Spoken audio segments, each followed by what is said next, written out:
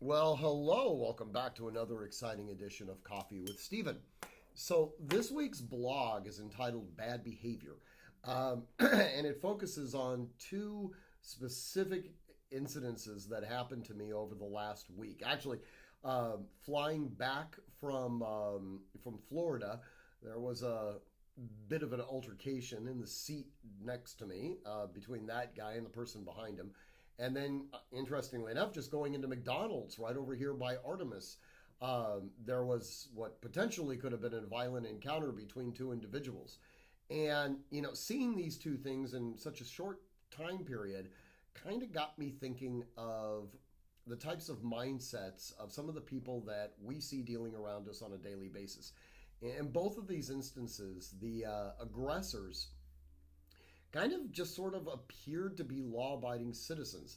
And there are potential victims who, for one reason or another, just kind of got under their aggressor's emotional skin.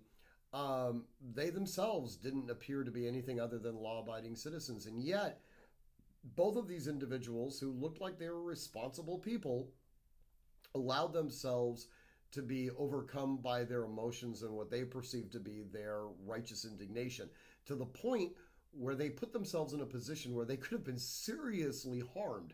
When we go into a combative event, typically speaking, we have very little understanding of the skill sets and the motivations of the people that we're encountering.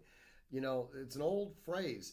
The guy in the bar that's 6'4" and has, massive muscles, interestingly enough, he really doesn't scare me that much. It's the 130-pound guy sitting in the corner with the dead eyes looking at me. He's the one that actually terrifies me.